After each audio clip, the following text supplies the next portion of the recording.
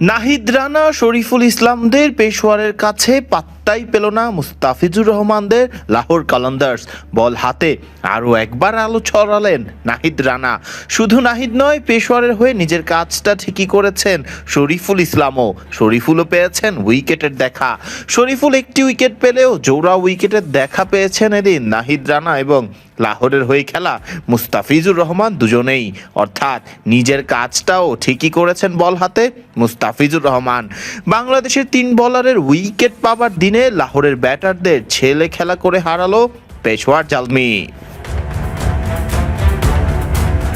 174-এর লক্ষ্যে ব্যাট করতে নামা লাহোর কালান্দার্সকে শুরুতেই বল হাতে হোঁচট দেন পেশোয়ারের হয়ে খেলা টাইগার পেসার শরীফুল ইসলাম। নিজের প্রথম ওভারে শরীফুল নেন একটি উইকেট, দেন মাত্র 6 রান।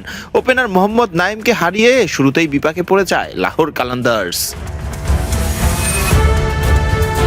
নিজের দ্বিতীয় ওভারে 2টি বাউন্ডারি হজম করতে হলে কিছুটা খরুচে হয়ে যান শরীফুল ইসলাম। তবে এরপর বোলিং করতে আসেন আরেক টাইগার পেসার নাহিদ রানা। রানার বল আগের ম্যাচের মতোই এই ম্যাচেও খেলতে কষ্ট হচ্ছিল লাহোরের ব্যাটারদের। নিজের প্রথম ওভারে মাত্র 4 রান খরচ করেন নাহিদ রানা, সাথে তুলে নেন আব্দুল্লাহ শফিকের উইকেটটিও। নিজের দ্বিতীয় ওভারটিও কিপটে বোলার হয়ে বোলিং করেছেন নাহিদ রানা, দিয়েছেন মাত্র 6 রান।